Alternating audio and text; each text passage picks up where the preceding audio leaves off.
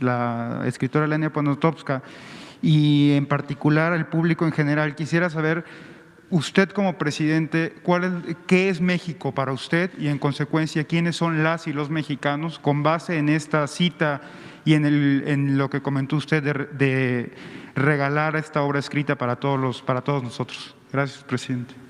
Pues México es un país con mucha grandeza cultural y ha sido la cultura o las culturas de México lo que nos han permitido salir adelante como pueblo, es lo que nos ha salvado en momentos de crisis, de temblores, de inundaciones, de incendios, pandemias, malos gobiernos, corrupción y otras calamidades. Nuestra grandeza cultural, porque México viene de atrás, viene de hace miles de siglos que se fundó nuestra nación. Entonces, somos herederos de grandes civilizaciones, de grandes culturas. Por eso tenemos un pueblo extraordinario, excepcional. Es de los pueblos más trabajadores del mundo, el pueblo de México. Y al que lo dude, pues ahí están nuestros paisanos migrantes que se van a buscar trabajo, arriesgándolo todo, y ahora nos están enviando 40.600 millones de dólares al año. Si el pueblo de México fuese un pueblo flojo, un pueblo indolente, no saldría adelante en ninguna parte. ¿Por qué en México no se prosperaba? Porque imperaba la corrupción. México es también, y esa es la desgracia, de los países con más corrupción en el mundo, de los países más corruptos del mundo. Por eso, no sé si eso está permitido que yo lo diga, pero se está llevando a cabo una transformación y el objetivo principal es acabar con la corrupción, desterrar la corrupción, y hemos avanzado mucho. No lo voy a decir, nada más voy a sacar mi pañuelito blanco.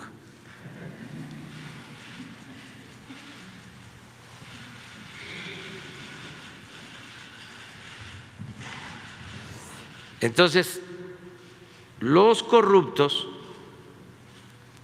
están muy enojados.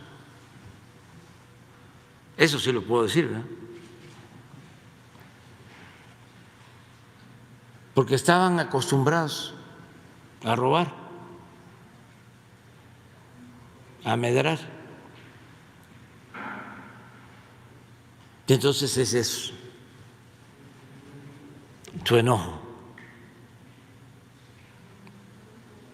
Pero es, lo he dicho y lo repito, una peste la corrupción. Nada ha dañado más a México que la deshonestidad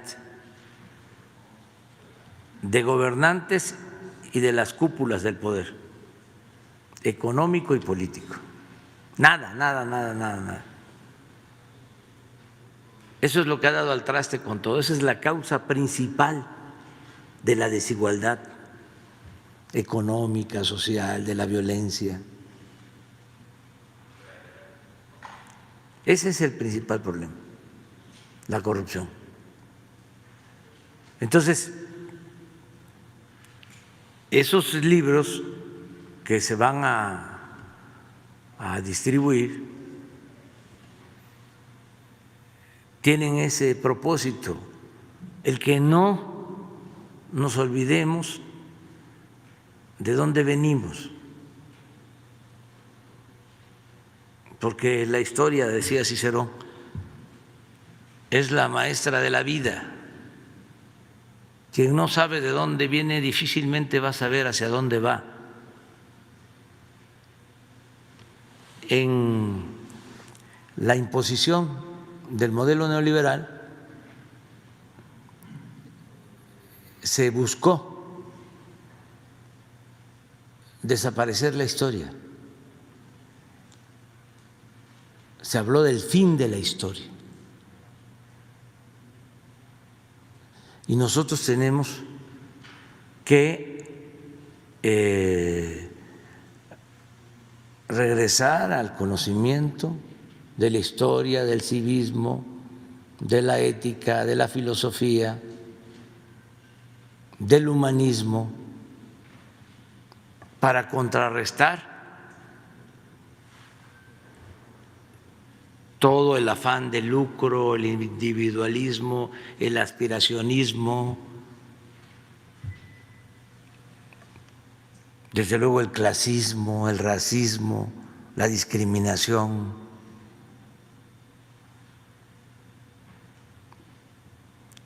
Hacer valer que solo siendo buenos podemos ser felices y que no todo se obtiene con dinero, la dignidad no. Decía un cantautor, solamente lo barato se compra con el dinero. La felicidad es estar bien con uno mismo, estar bien con nuestra conciencia, estar bien con el prójimo. Entonces, eso es lo que hay que estar reforzando, y ayudan mucho los libros. Entonces, vamos a difundir estos libros, nada más que pase el proceso electoral, se van a entregar, porque son libros muy buenos. Nada más conociendo la historia de todos los personajes que están en Paseo de la Reforma, lo que hicieron, cómo defendieron a la patria durante la intervención francesa, cómo enfrentaron al conservadurismo, porque no hay en el Paseo de la Reforma conservadores, liberales. Algunos después se volvieron conservadores, pero en el Paseo de la Reforma los personajes son los dirigentes regionales y nacionales que lucharon por la reforma y enfrentaron la intervención francesa. Entonces, cada uno tiene historias. Por ejemplo, el personaje de mi pueblo, Gregorio Méndez Magaña, ahí está. Es importantísima su participación, me da gusto que lo hayan tomado en cuenta, porque era un comerciante de Comalcalco, aunque él es originario de Jalpa. Y cuando la invasión francesa, él abandona su actividad y se pone al frente junto con otros para la defensa del territorio. Y se arman y enfrentan pues a una vanguardia invasora y los derrotan 27 de febrero de pues 1800, debe haber sido 62, 63, a ver si, porque en Tabasco no hubo invasión, no se permitió. Nunca nos dominaron. Es un orgullo. Y a ver si está el 27 de febrero, sí debe haber sido como 62, 63, antes de la batalla de Puebla, mucho antes. Y este hombre llega a ser gobernador.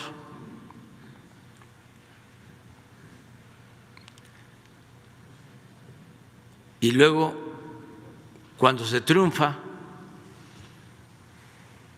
se le regresa por instrucciones del presidente Juárez los cargos a los que estaban gobernando cuando la intervención, porque se quería que predominara el civilismo. Entonces, ningún militar podía ocupar cargo, aun cuando ellos habían enfrentado a los invasores y muchos gobernadores civiles se habían refugiado o protegido, pero no habían dado la cara.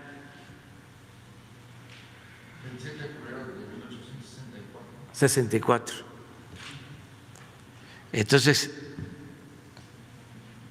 si llega a ser gobernador, les decía yo que era comerciante, luego se viene acá a la Ciudad de México, está en el ejército y muere de coronel.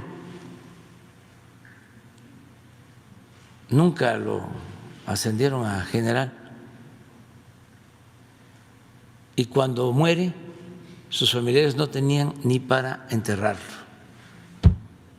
Ese es nuestro héroe, que está en Paseo de la Reforma. Pero así, muchos otros de todos los estados. Entonces, ojalá y los jóvenes pues no dejen de conocer esa historia, ¿no?, de nuestro país, conocer bien sobre el México prehispánico, la grandeza del México de antes de la llegada de los invasores, conocer el México colonial, cómo era, qué pasó durante el virreinato, los 3 siglos de dominación colonial, conocer lo importante de la decisión de Hidalgo, de Morelos, lo importante de la decisión de Leona Vicario de ayudar a los independentistas, desde luego la gran epopeya de los liberales encabezados por Juárez. Imagínense lo que hicieron, llevar a cabo una reforma con esa profundidad, restaurar nuestra república, enfrentar al imperio, al ejército más poderoso del mundo en ese entonces, salir adelante. La Revolución Mexicana también. ¿Sí? Y gobiernos como el del general Cárdenas. Nada más imagínense lo que fue la política exterior del general Cárdenas, que significó traer a perseguidos españoles,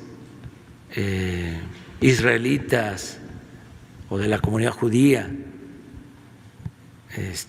traerlos a México, protegerlos. Bueno,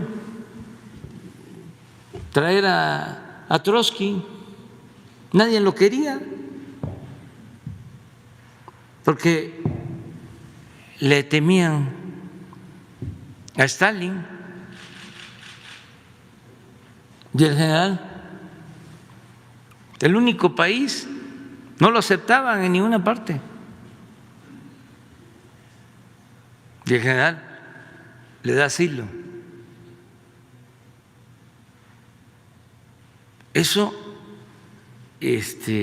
muestra el nivel de independencia, de soberanía que tenía México y el gran presidente que fue el general Cárdenas. Mandaba embajadores.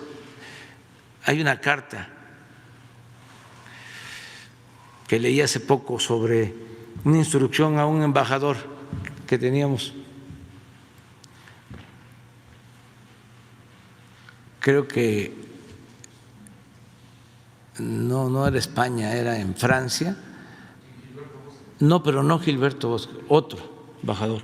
Por eso me llamó la atención, porque Gilberto Bosque fue pues defensor y fue un hombre entregado, es un ejemplo de la diplomacia mexicana, para la diplomacia mexicana. Otro embajador, pero la carta es del secretario de Relaciones Exteriores, por instrucciones del presidente Cárdenas, vaya a tal sitio de Francia, ¿sí?, y procure traer a un grupo de refugiados españoles. Tiene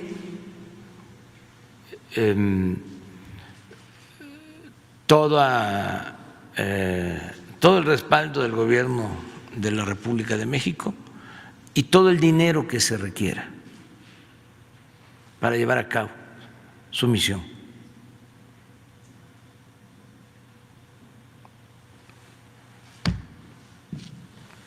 Muy importante.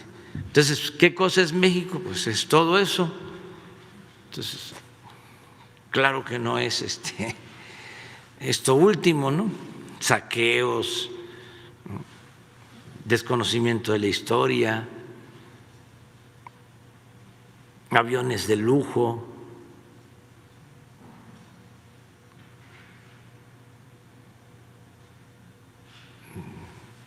desprecio al pueblo. No, eso no es México. México es muy grande.